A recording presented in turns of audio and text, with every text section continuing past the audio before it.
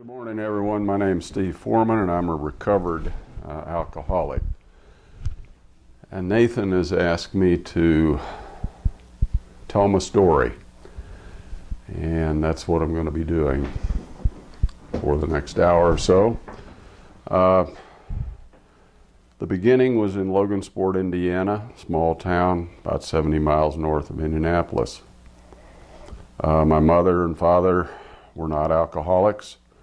I was an only child and had a reasonably great experience as a child. So I can't say at all that I was abused in any way, shape, or form. I was loved.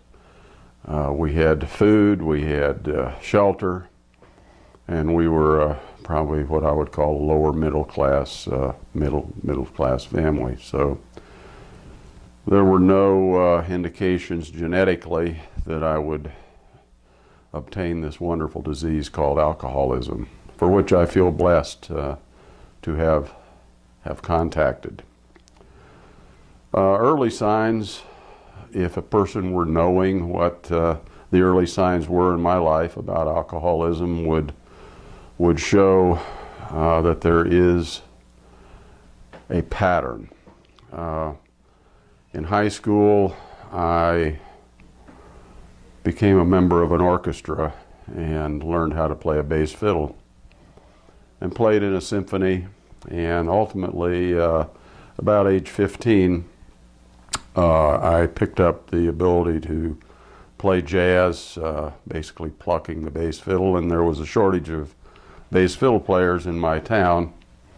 So I became a member of the American Federation of Musicians at age 16 and began playing the bass fiddle in bars with a trio or a quartet or whatever, basically jazz.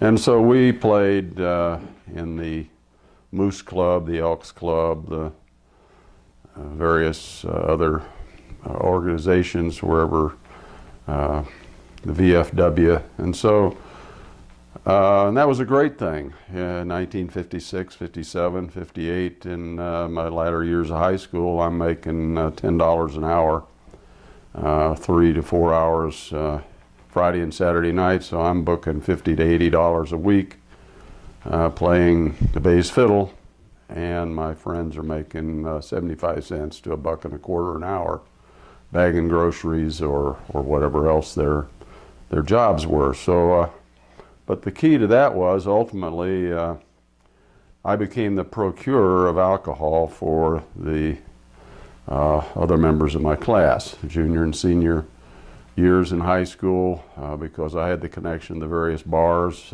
I did look a little older at that point, but in any event, I hung around with the older people, so the bar guys just let me buy whatever I wanted.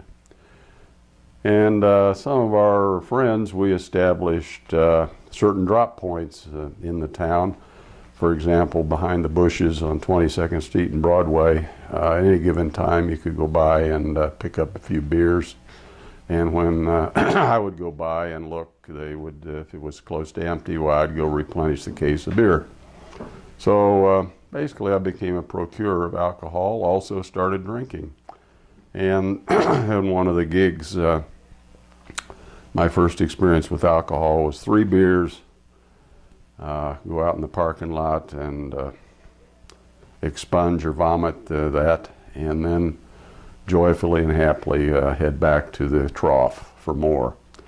So that was the beginning of the alcoholism, age 15, 16, drinking beer and ale. I was a ale guy. I thought drinking Old Crown Ale and Ballantine Ale would make me cooler than the guys that drank Schlitz and Pabst Blue Ribbon and so forth. So anyway, that was the beginning. Graduated out of high school, Logansport High School in 58. And due to some family issues and whatever, I thought a good thing would be to get out of town and go where it was warm. So I went to the University of Florida in 1958 and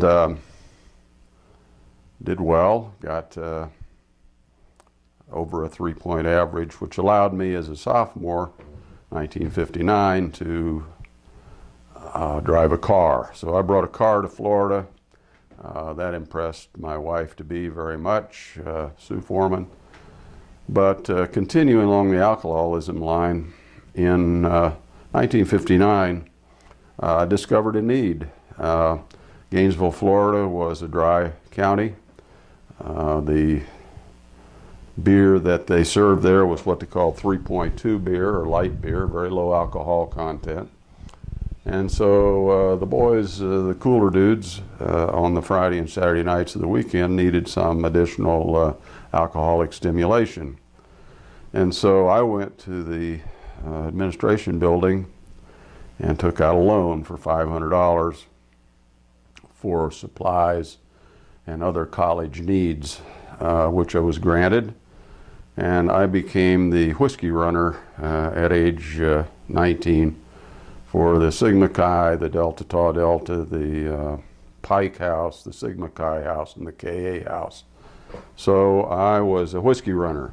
Maybe that's a clue about what my disease was generating itself into. But here I was put myself through college playing the bass fiddle. We had 3 groups. One, a jazz group called the Gentlemen of Jazz, a trio or quartet, depending on whether the sax player could make it. We had a group called the Oxfords, which was patterned after the Kingston Trio. We played professionally. And the third group was a rock and roll group called the Continentals. We thought we were the Bo Diddleys of the late 1950s, and so I took my bass fiddle to Florida and continued on that route. Again, drinking. We had a lovely thing called Purple Passion made out of some really wild alcohol, which created a lot of interesting situations. So over the years, those years, drinking continued. Well, I came upon the fact that my big brother in the fraternity didn't have a car. I had a car, and so he was dating my current wife, Sue Foreman.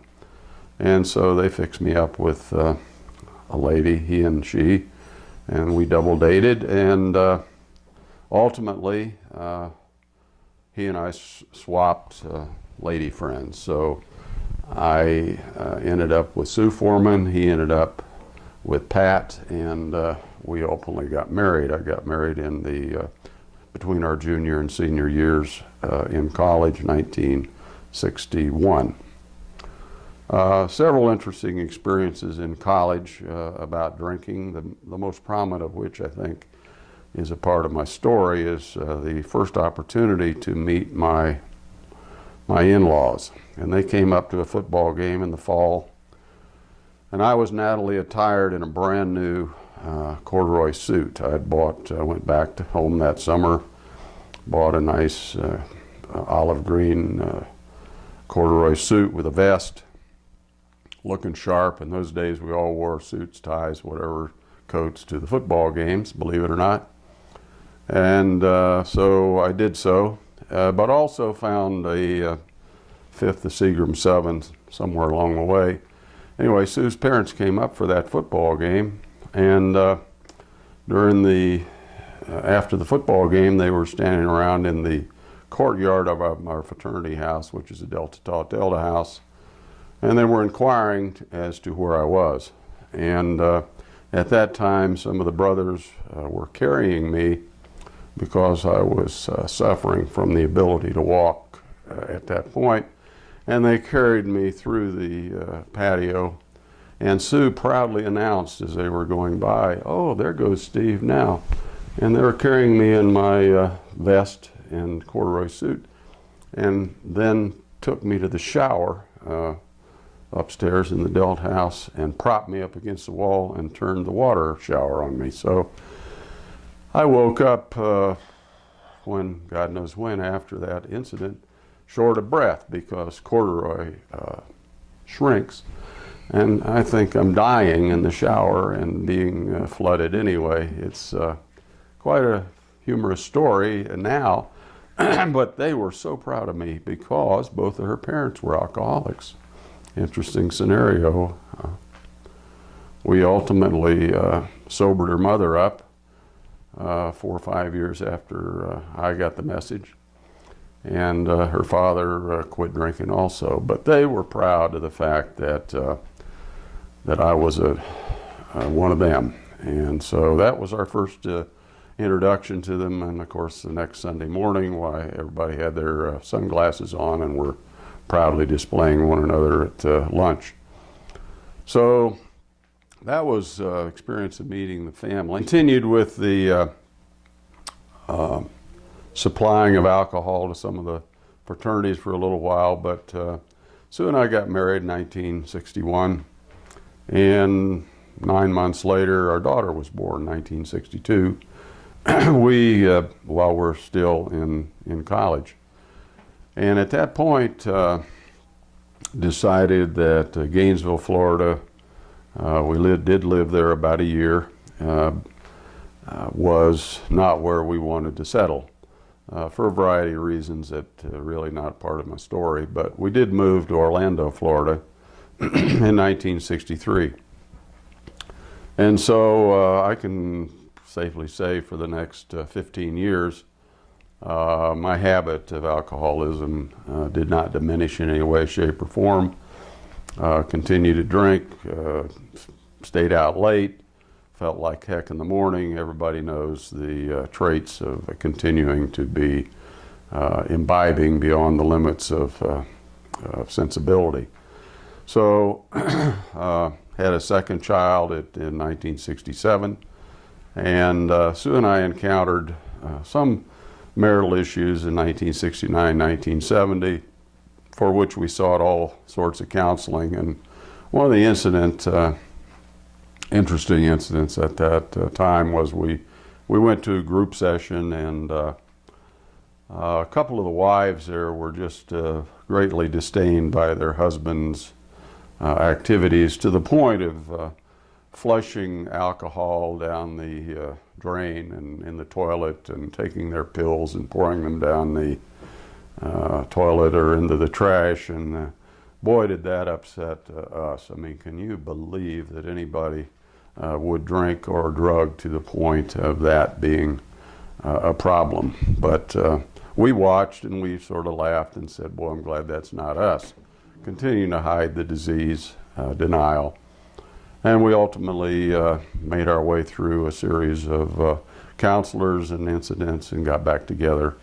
And I would say, and talk a little later about, not necessarily living happily ever after, but learning how to live and be tolerant and to discuss and communicate. So at this point, I started noticing a bit of nervousness in the morning. I mean, if you drink enough at night, many of you are going to know, when you get up in the morning, you shake a little bit. And so I went to a physician, and the physician said, well, you're in a high-pressure job, you're in sales, and a lot of stress and what have you. So I think probably what you need is some of this Librium. So I'm going to prescribe, I think it was a 10 milligram capsule, a milligram of Librium, and wrote a prescription, ran off to the doctor's pharmacy, and I think the first prescription was $10, something like that, for a month's supply. Well, I had a lot of doctor clients also at that time, and went into one of them and said, you ever heard of this drug? Yeah, I have. I said, can you get it for me any cheaper? I mean, $10 for a month's supply is pretty expensive. So anyway, they went to their catalog and discovered a generic equivalent, and it was $11 per 1,000 pills. Well, this was a good deal, and if it's a good deal, most alcoholics don't want to ever run. I bought 2 bottles, one to be sure I had ample supply, 2,000 Librium, and I used to carry them around in my pocket. They're green and black pills, and started taking 3, 4, 5, 6, whatever it took to get rid of the shakes in the morning, because I'm in a very stressful and important job. And I did want to retain, some levelness of non-nervousness in my job. It wasn't good to start shaking. when you're making a presentation. So Librium and I became friends in the morning, and throughout the day, and alcohol became my friend at 5 or 6 o'clock at night. And so, but still, I'm not an alcoholic. I mean, you can't be an alcoholic. Alcoholics start drinking in the morning. They don't drink, you know, they run away from home. They do all these other things that I didn't do. And so denial, denial, denial, and just comfortably coasting along with the Librium and alcohol mixture until 1977. And at that point, Sue had gotten, spent a couple years with Al-Anon, had not become a real steady member, but had acquired some books and literature and started laying it around, and had picked up certain traits that an Al-Anon can use to become a pain to an alcoholic. And I like to refer to it as she joined the Al-Anon Church, which I affectionately refer to as Our Lady of Perpetual Revenge. And so she began to implement certain tactics that created discomfort in me, and to put this back to sleep, I thought the best thing to do might be to attend an Alcoholics Anonymous meeting. So I did, 1977. Went off to my first AA meeting, proudly announcing same, and hoping and knowing that if I did so, the heat would be turned down at home because I'd attended a meeting. So I went there, and it was held at the church we were going to. And there were two meetings. There was a beginner's meeting, and there was a old-timers or pre-attendees or whatever. So I went to the newcomers meeting, and it was being run by a gentleman that was about twice as old as I was, and had been sober longer than I'd been alive. And this was totally incomprehensible to me. How could somebody be sober that long and not have the fun I'd been having drinking? I mean, he just obviously lost out on a part of living by being sober that long. But anyway, his name was Clarence Snyder. And so Clarence ran that meeting, and I attended and listened and what have you. But I've got to tell you, the meeting before we broke off into newcomers had some just horrible, horrible people in it. Guys that had DUIs, people that had divorces, people that were having trouble at home, people that had lost jobs, people that had gone bankrupt. I like to say that I felt like I'd been in a leper colony. I mean, these guys, this was a horrible group, and clearly driving my 1 or 2 year old Continental at that time, these folks were not of the caliber that I wanted to have anything to do with. But I hung in there that meeting, and went to the newcomers meeting, and Clarence said one thing that must have stuck, and he said that there was a revolving door out there at the entrance to the AA meeting. And people come and people go, and people come and go, and they, but you're always welcome back. You know, you come in, you go out, a lot of people, but you're always welcome back. So hope this is a great meeting, and keep coming back, etc. That's all I remember the first meeting. But I do recall, and what I did was left the meeting, went home, and announced the tragically horrible people at that meeting. You would not believe the caliber there. I don't want anything to do with them, and they're just not of my ilk. This is not the class of people, and I don't want to befriend any of them. So told my wife that. Then next went to the library and selected 6 or 7 books on alcoholism, and took them home and began rifling through. And in one of those books I found a phrase that, paragraph or 2 or 3, basically said if you have 2 drinks a day, and that's all, then you're clearly not an alcoholic. So I point this out to Sue, and not an alcoholic, can't be, because I'm going to drink 2 drinks a day, and that's it. And so I did. However, I did go to a store that was then called J.M. Fields. It's a lot like Kmart now. And I purchased 2 28-ounce tumblers. You could pour an entire 1/5 in the glass with 4 ice cubes. And that was a drink. And so I had a drink before I left my office, and then I had a drink at home. And so the consumption didn't change, the number of drinks did. So I continued in my alcoholic tendencies by having only 2 drinks a day, proud of it, etc.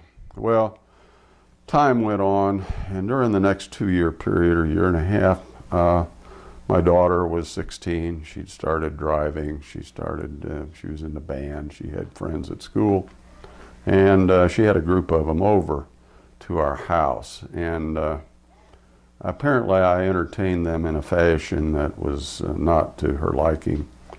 And the next morning, she and Sue ganged up on me and basically said that the daughter said, "I'll never have another friend of mine here in the house. You've embarrassed me beyond belief. I don't want anything to do with you or your friends or your lifestyle or whatever." So it was clearly an impact on me, and I settled in on that for maybe 2 or 3 days, and this was around the January time frame of 1979, right around Christmas and whatever of 78 and 79. And so I continued on a hidden drinking, which was, as many and most of us have, bottle here, bottle there, take a quick swig. I'd gotten to vodka because, you know, vodka does not smell on your breath, so no one will know you've been drinking if you drink vodka.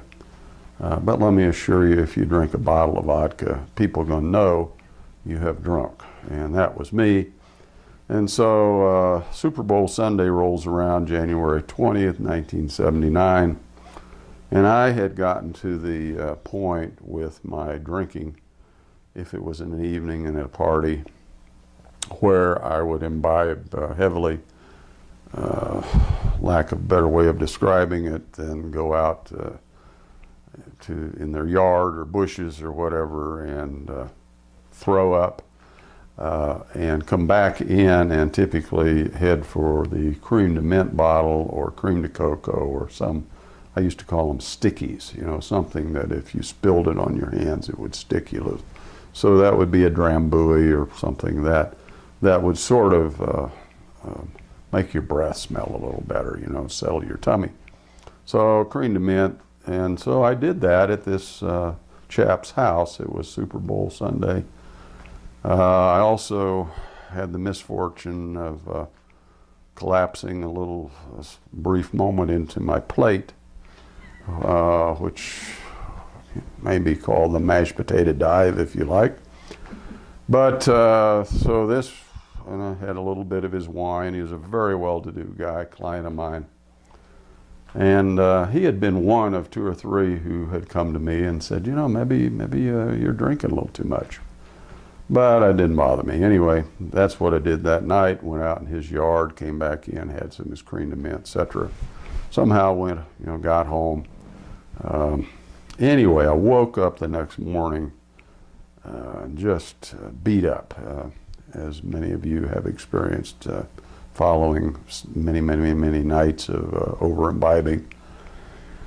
And I said, nobody at this party, there were 20, 30 people there, did what I did.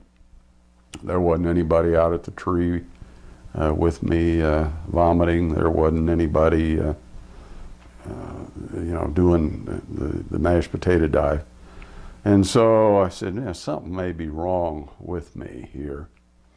What can I do about it? And so miraculously, divinely, whatever, I the name Clarence came to me at that time. And so I thought, well, maybe I'll try to find Clarence somehow. So I did call Alcoholics Anonymous. I did say to them, I'm looking for a guy named Clarence. All I remember is his first name, and he'd probably be about 40 years sober now. And the person on the other end, oh, you must mean Clarence S. He's been around a long time, blah, blah.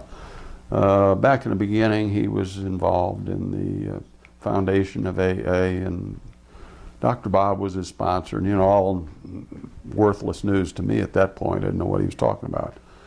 But he said Clarence meets usually on Mondays in Altamont Springs, Florida, at the Mental Health Center.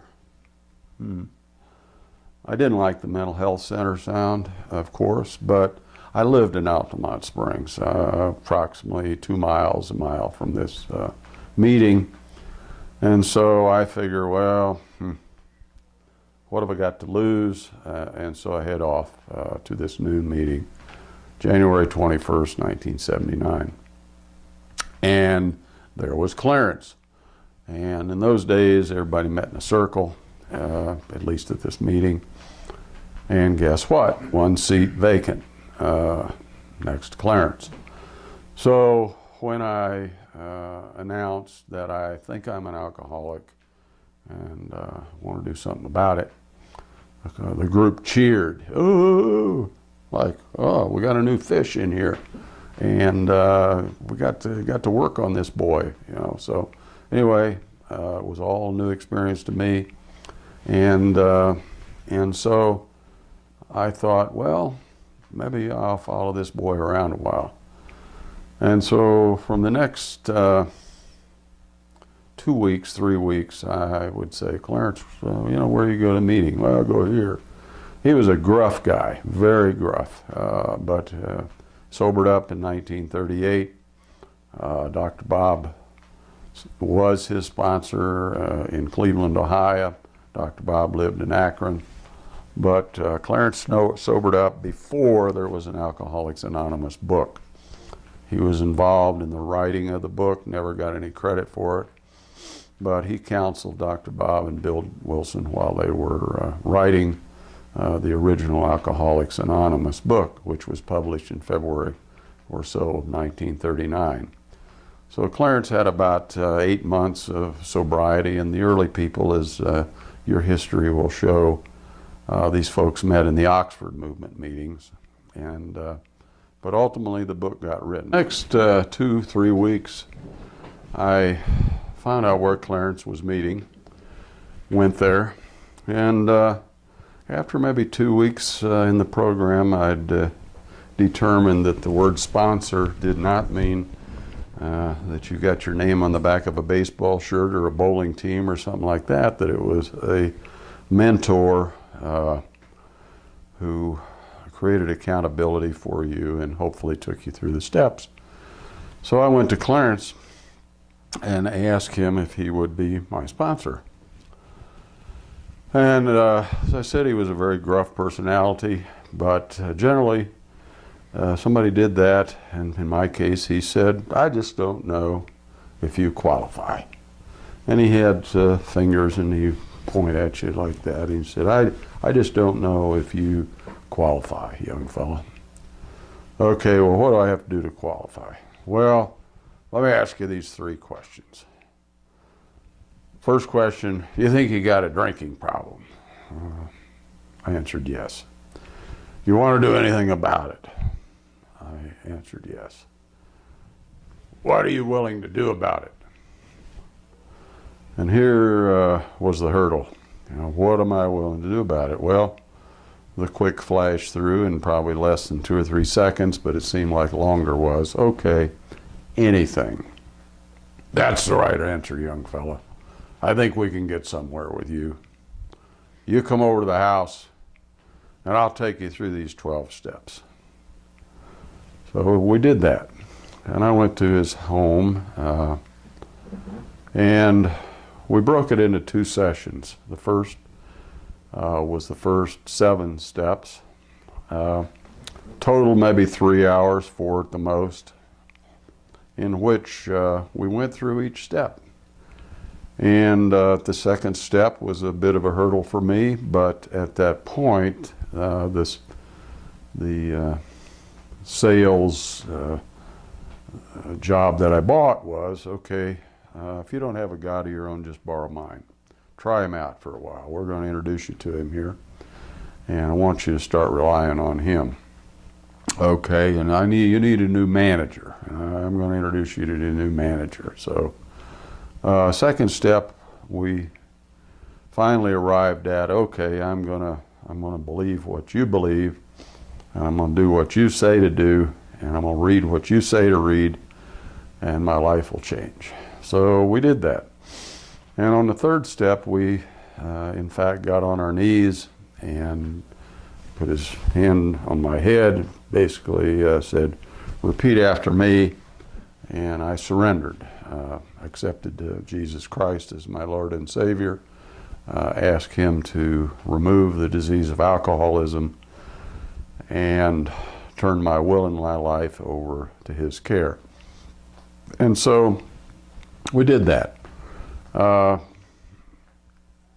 fourth step, and I don't know do you want to show a copy of that, or I'll just explain it. Anyway. And there's a copy of that in the Came to Believe Summit video that you did as well, showing a copy of that. Okay, so this fourth step, inventory, and even Clarence said it's the most misunderstood step in our 12 steps.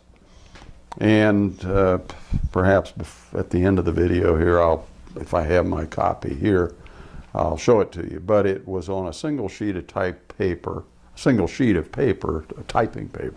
handwritten in Clarence's handwriting.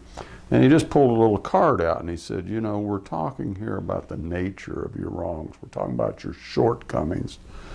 We're not talking about the who, what, where, when, and why. We're not talking about a biography, a bibliography, or whatever of your life, of who you stole from, who you did this to, and who you did that to. We're talking about, do you have resentment? Have you ever resented anybody? Write down resentment. Have you ever had any fears? Not fear of snakes or rats or mice, but just fear of success, fear of failure. Have you ever been impatient? Have you ever been intolerant? Have you ever hated? Have you ever? So he had a list of 20, which those of you who see this video will be able to access in our AA Legacy Guide. And we went down a list, and all he did was write down liabilities or shortcomings, and then he wrote down assets. And so, totally uncomplicated. Fourth step probably took less than 30 minutes. And so the old thing we hear in these AA meetings of go sit out by the oak tree by the babbling brook and take a year to write a yellow pad full of your stuff is not the way we were taught. And after 36 years of sobriety, I can assure you this system works. And he just went through that list in the fourth step inventory. And of course, the fifth step, it talks about that we're admitting to God, to ourselves, another human being. We did that, admitted to God, admitted to myself, he's the other human being. Exact nature of our wrongs, we did that. And again, very simple, all in a 3 to 4 hour period. The first night, first afternoon, I went over in the afternoons. And sixth step, well, what was I ready to be rid of all this junk? Yeah, sure am. Okay, seventh step, back on your knees. Okay, so we got back on my knees. He joined me, arm around me, dear God. And you guys will see the similarity of the prayer that was presented to all of us that went through the steps with Clarence. And so we carried all of our character defects to the AA dumpster and got rid of them. So Clarence's comment at the end of the seventh step you're as clean as a hound's tooth. Okay, well, I didn't know what that meant, but it sure sounded good.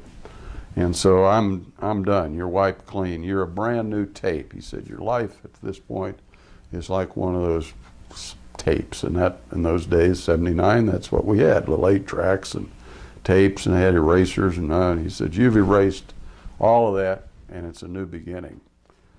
He pointed out to me that these character defects will reappear, come knocking on my door.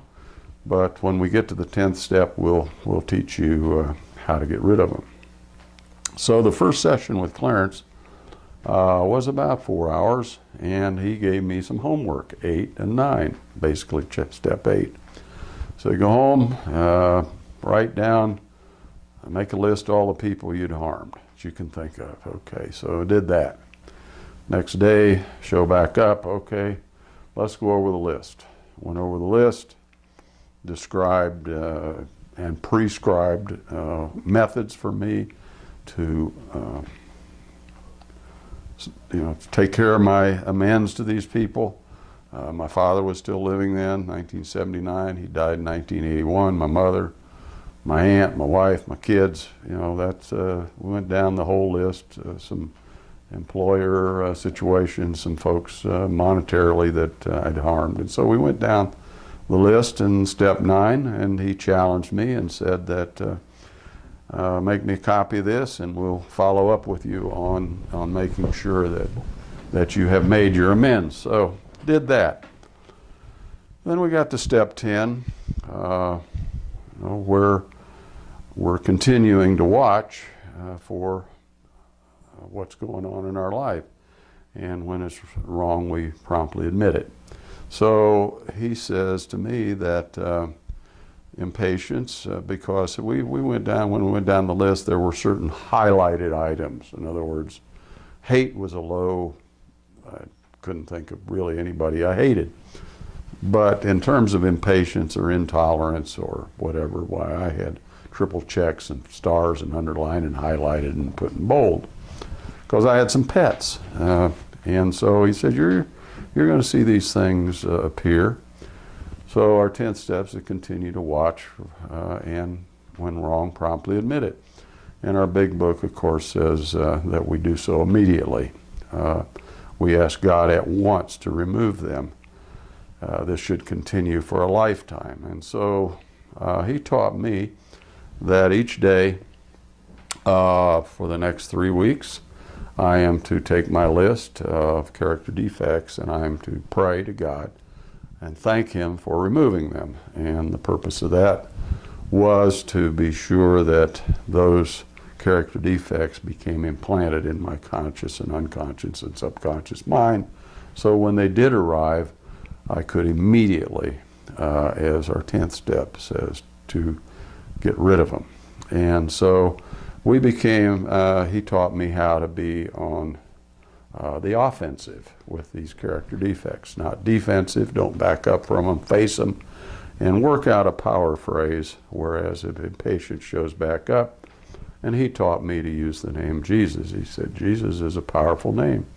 And if you treat each of these character defects as a small demon in the big picture of the devil's work, then you attack it. You say, in Jesus' name, impatience, be gone. Be gone intolerance. Be gone resentment. Be gone anger in the name of Jesus. And so the 10th step became a way for me to keep my slate clean and to also keep those character defects out of my life. And when I wronged a person, I didn't wait around. I promptly admitted it. And so it was a learning lesson for me.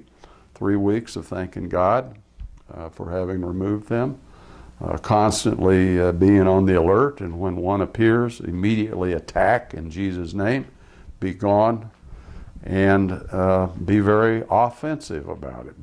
Be charging the demonic activity in my life by keeping the slate clean. And so the 10th step became a way for me to continue making amends as wrongs occurred, continue to keep the character defects out of my life. No, it's not, and they still are there. I can tell you that people are still driving in my lane on the highway. They're there. They're slow. They don't understand how important I am to be able to get there before them, to be first in line. There are people who stand in my line at the grocery store, and they're the ones that have coupons and forgot their checkbook, and their credit card is overdrawn. And so I have to, say, hey, be gone, impatience, come on, leave me alone. And so they come back, and anybody who says they won't is really not, I think, in tune with living. So I was taught how to keep them away. The 11th step, of course, is the power step, and that's where we seek through prayer and meditation. And Clarence taught me that meditation was listening to God, and prayer is talking to God. And God gave us one mouth and two ears, and that ought to tell us something, that we should be listening twice as much as we're talking. But, if we're seeking through prayer and meditation to improve our conscious contact with God, Clarence taught me you got to do something about it. In other words, if I were a vacuum created in the 7th step with total emptiness, then 11th step is where I fill that vacuum. And he told me, you start reading stuff that we read, the old timers. My Utmost for His Highest by Oswald Chambers, The Upper Room, a publication by the Methodist Church, At My Best, a small publication. These are all daily readings and meditations, a 24-hour-a-day book. I also read In Touch magazine by Charles Stanley out of Atlanta. It's a daily thing. And some other, I'll think of the name of it in a minute, a small daily meditation. But he said, you fill yourself back with the good of the Lord and positive influences in this first part of that 11th step, where we're praying and meditating and improving my conscious contact with God. I can't do that while I'm sleeping. I can't put the Bible under my pillow and soak it up. I've got to read it. Well, I discovered at that point that my reading capacity had greatly suffered. I had gotten the point in my drunkenness to where I could only read with one eye, so I got where I shut an eye because I had double vision. I don't know if any of you all experienced that, but the drinking had created a reading problem for me over the years, and it didn't fix itself when I got sober. So somehow, maybe Sue being an educator, or maybe just divinely, it was brought to our attention that there are reading classes. So I went and re-entered a junior college in 1979 and took a reading course, a semester of reading. Got out of that, graduated, and again, divinely or otherwise, read in the newspaper, Evelyn Wood speed reading course. Okay. So took that and learned how to read. I recommend to any and all who are listening or watching this video that if you have a talent that you have lost, if you have a job that you want, if you are not gotten your GED, high school, college, or otherwise education, it ain't too late. And to self-improve, as it talks about in our 11th step, is what I was after and was taught by Clarence. So I took the reading courses, improved my reading, and now if you look at this, a whole bag of books over here, you look around, you'll see that I read books over there, and feel good about it because I'm not a speed reader, but I got great comprehension, and that helped me also learn to become NASD licensed. You remember the second part of our 11th step is seeking God's will or praying for God's will for us and the power to carry it out. Okay, what do you got in mind, God? What's my role? I was broke, or close there too, and just discovered that the best thing for me to do was to get re-educated. I got a mortgage broker's license. I got a real estate broker's license. I got a National Association of Security Dealers license. I got an insurance license. I take CE courses, and bear in mind, those who are viewing this video, I'm not bragging. I'm looking at you and saying, you can get re-educated. You can get out of the hole financially. You can live happy, joyous, and free with money. Nowhere in the Bible or anywhere else does it say, thou shalt be poor. It says that we can, Jeremiah, numerous Joshua, I want you to be successful. And it's biblically sound. Clarence taught me that. He said, you got to go back to the basics. And this was 11th step work. I had developed call reluctance. One day I called Clarence up whining and crying, and I said, I can't make any sales. Sales are bad. You calling anybody? Okay, am I calling anybody? Get off your butt and call somebody. You can't sit around and expect them to bust your door down. You got to get out there and make them calls. Okay, so I got a book called Call Reluctance. I learned. So my point here is in my life, if I have a deficiency, and my wife and I found that, we've gone into imago relationship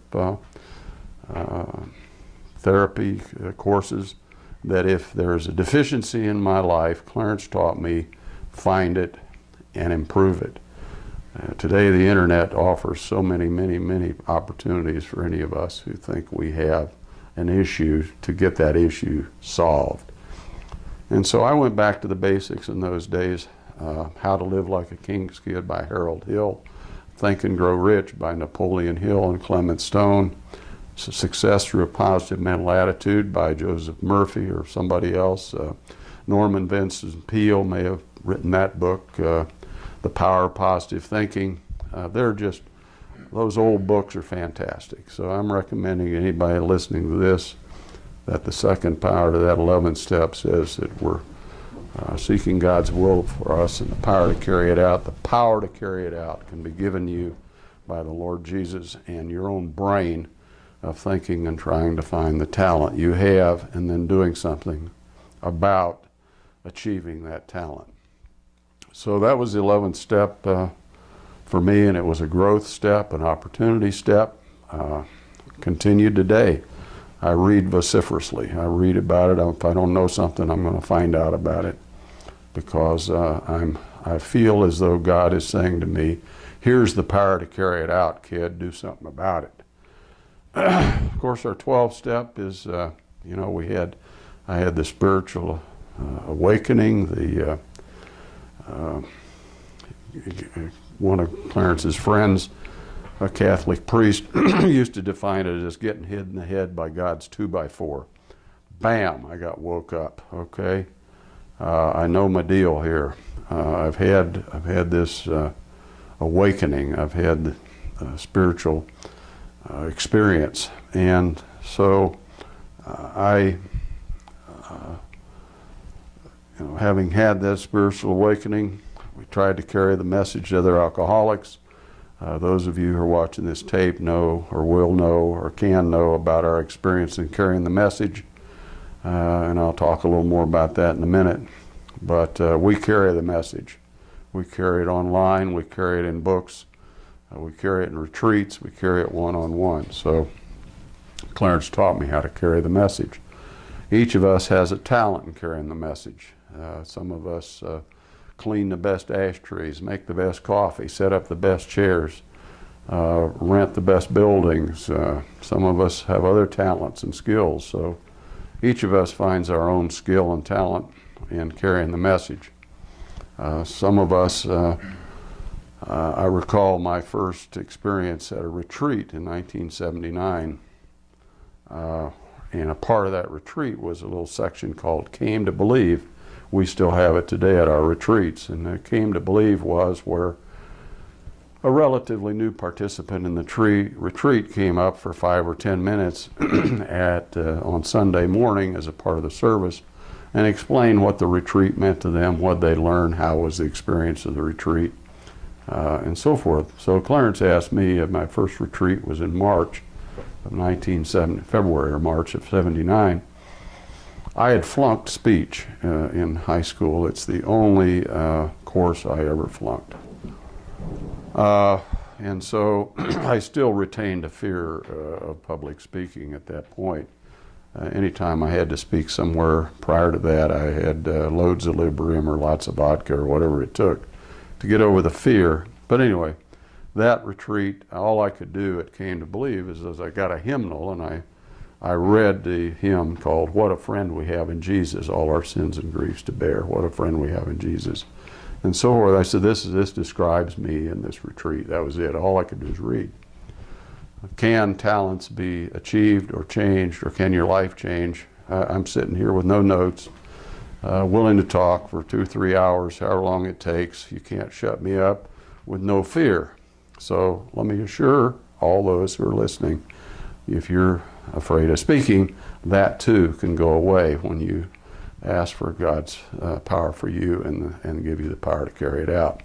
So we carry the message. The last section, of course, the 12-step, practice, practice, practice. And I like to use the examples of Tiger Woods or Bill Gates, or you pick anybody that's Michael Jordan. How did these guys get any good at what they do? Practice, practice, practice. So we've all learned what these 12 steps are, how they can work for us. And our 12 steps is carry the message. We'll find out what you're good at. But the important thing, Clarence taught me, every day, read, meditate, seek through prayer and meditation to improve my conscious contact with God. That's practicing. 10th step, as these crop up, we ask God at once to remove them. This should continue for a lifetime. 10th step work, as the defects of character crop up, bammo, hit them with that power phrase, get out, be gone, get away, leave me alone, in Jesus' name. And so I was taught to practice those principles in all my affairs. And it's worked. It's worked as a family. My family is back together in terms of my daughter, now married, two children. Son lives about 5 or 6 blocks from me. He and I are in business together.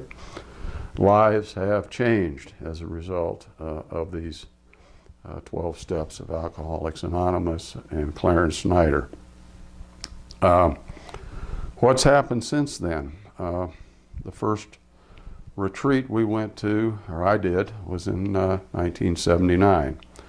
These retreats were, for me, a life-changing experience. That's the phrase.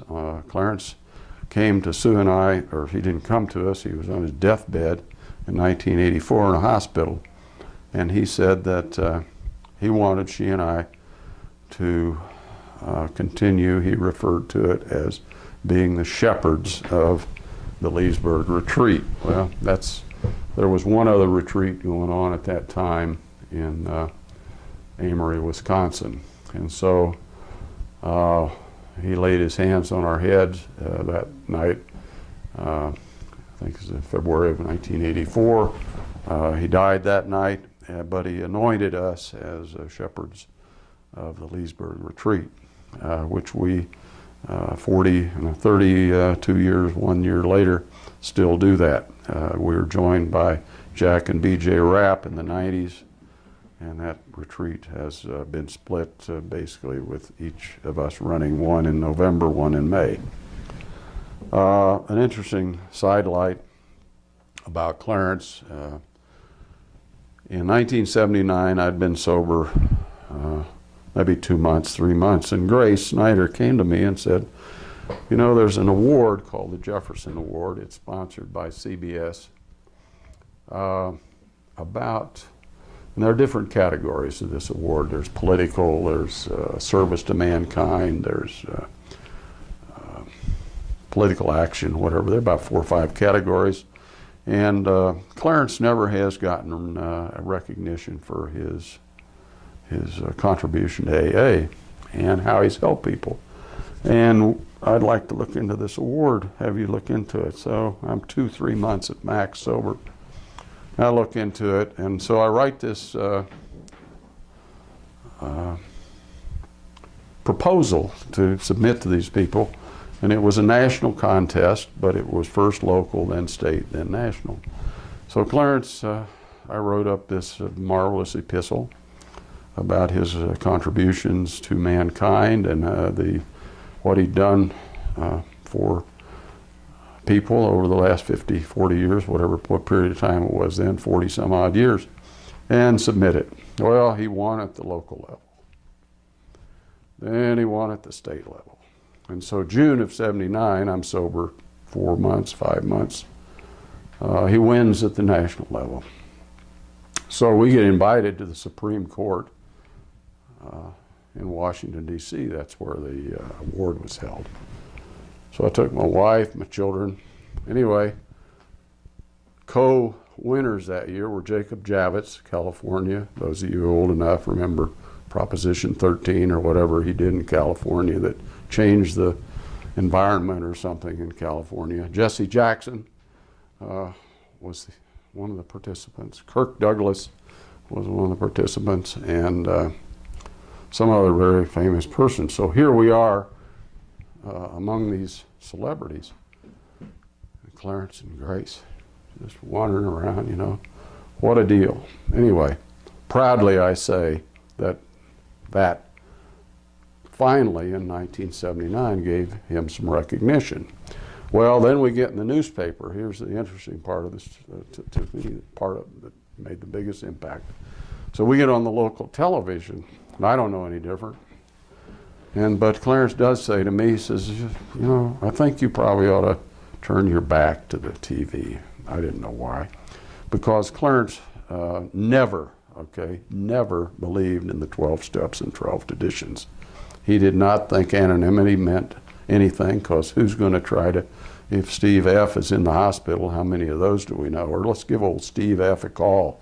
Or let's give old Nathan S. a call. I mean, how are you going to find somebody? So he always said, use your full name. Hi, my name's Steve Foreman.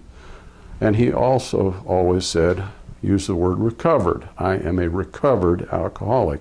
The disease of alcoholism is gone from you, from your body. God took the desire away. So you say, go to a meeting, I'm Steve Foreman, a grateful, recovered alcoholic. Well, anyway, so I get on TV, the back of my head. Well, everybody, not everybody, but a lot of people knew my voice.